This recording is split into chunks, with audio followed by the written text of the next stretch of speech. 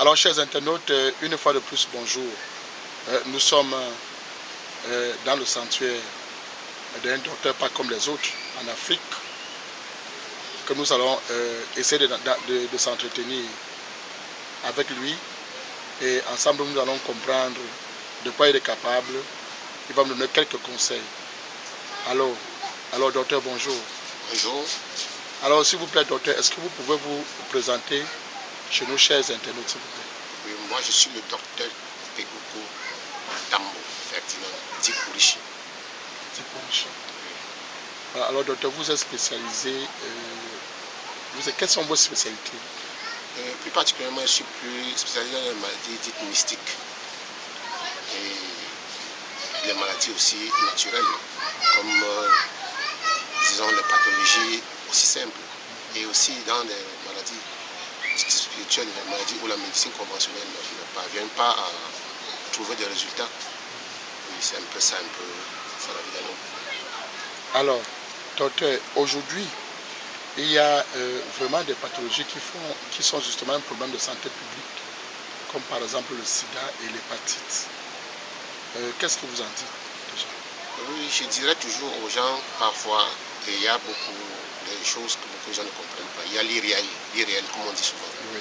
Parce que dans le monde de la maladie, dit de la maladie de santé, aujourd'hui, il y a, comme le sida, il y a les hépatites virales.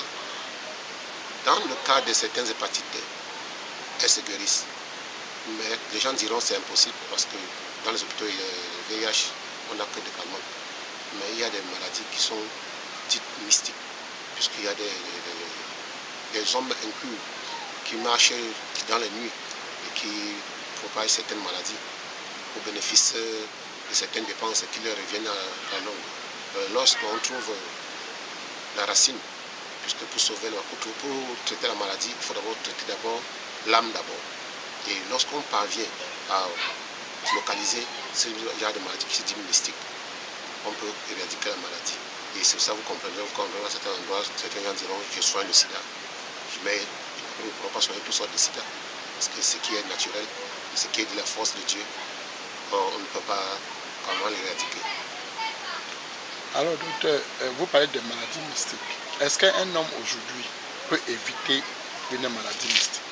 Effectivement, un homme peut éviter une maladie mystique.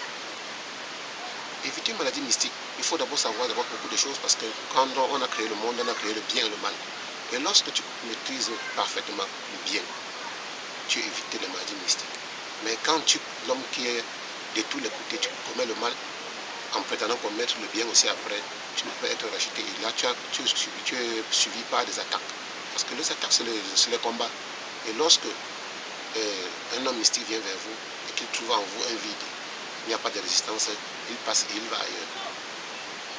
Alors, vous voulez dire que pour éviter les maladies mystiques, il faut éviter de faire du mal. Alors, pour vous, le mal, c'est quoi? Le mal, c'est en quelque sorte convoiter la chose d'autrui, penser du mal d'autrui, jalouser autrui.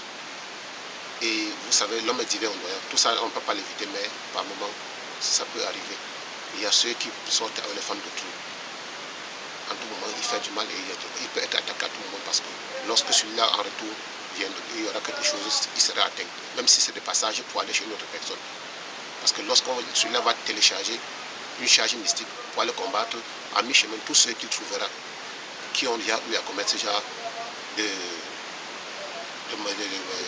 péchés ou de mauvaises choses, oui, serait d'abord touché avant d'aller atteindre son but à la chute, là où il a été envoyé. Alors, vous qui traitez des maladies dites mystiques, pour traiter une maladie dite mystique, est-ce qu'il faut aller à l'école ou bien c'est unique? Ce n'est pas une école. Parce que, et en quelque sorte aussi, c'est une école. Vous savez, l'homme naît avec des... Ça veut dire, est-ce qu'il y a des facultés? Est-ce qu'il y a des facultés comme l'université, comme la faculté de santé juridique et politique, où il faut aller, n'est-ce pas, traiter pour devenir, n'est-ce pas, un traitant de mystique? Vous savez, le mysticisme n'est pas une science exacte, comme le diraient certains mathématiciens et physiciens et chimistes, qu'en composant telle ou telle chose, on a tel résultat. Mais vous comprendrez que le mysticisme, c'est quelque chose qui est basé sur l'irréel. Parfois, on n'arrive pas à comprendre parce qu'on peut faire des recherches et ne pas comprendre. Vous voyez quelqu'un qui souffre, on a fait tous les examens, on fait tout, on ne voit pas de maladie, mais il souffre. Il souffre au point de s'en aller, de mourir. Mais lorsque des gens qui ont peut-être, qui ont le 3e ou le 4e, réussi à retrouver là où est partie la chute, lorsqu'on éradique ce côté-là, il guérit de la chair. Donc c'est un peu ça. Donc, il guérit de la chair. Voilà, est-ce que comment je pourrais dire encore ça? Est-ce que les maladies dites mystiques, vous par exemple, donnez-moi l'exemple d'une maladie, c'est-à-dire que lorsqu'on voit, on peut déjà savoir que c'est mystique. Oui, tout à l'heure, je viens de citer un peu certains signes. Oui. Vous savez, vous êtes malade, vous allez à l'hôpital, on fait des examens, on ne trouve aucune pathologie, aucun symptôme, aucun virus, mais vous souffrez. Ça, c'est déjà, ça va déjà du mystique. Parce que vous ne pouvez pas avoir mal à la tête. Et quand on vous donne tous les paracétamol, tous les comprimés de maux de tête, les virus, tout, et puis vous n'avez pas de résultats. On prend le scanner, on fait la radio, on ne trouve rien. Mais vous souffrez. Vous pleurez la tête. Là, on peut déjà qualifier cette maladie mystique. De mystique. Et en tout cas, en quelque sorte, quand on dit maladie mystique, c'est une maladie qui est de l'irréel, que la science ne peut pas démontrer. Tout à fait. Alors, excusez-moi, cette question que vous posez, c'est vrai que c'est une question. Après, n'est-ce pas, toutes ces multiplicités de médicaments, toutes ces multitudes d'hôpitaux, toute cette multitude de façons de traiter, comment peut-on expliquer que jusqu'aujourd'hui, l'être humain est toujours malade? Oui, l'être humain est toujours malade parce que l'être humain est fait d'abord de chair. Vous savez, tout appareil, même l'être humain est comme une machine. Lorsqu'elle est défectueuse, elle arrête de fonctionner. L'être humain est comparativement à une machine. Et on doit prendre soin. Avant de purifier le corps, on doit purifier l'âme. Parce que l'essentiel n'est pas toujours de se laver la face tous les jours ou de se laver la tête tous les jours. Il faut laver entièrement tout le corps. Et il faut purifier le corps. C'est pour ça qu'on dirait, pour éviter ces maladies, ces différents états de maladies mystiques. Oui, puisque l'être humain oublie beaucoup de choses. Une machine, elle doit être, peut-être si elle est là de l'huile, il faut de temps en temps vidanger, il faut mettre le carburant, il faut parfois graisser. Mais l'être humain parfois oublie que sur son corps, il a besoin aussi de tout cela. Okay.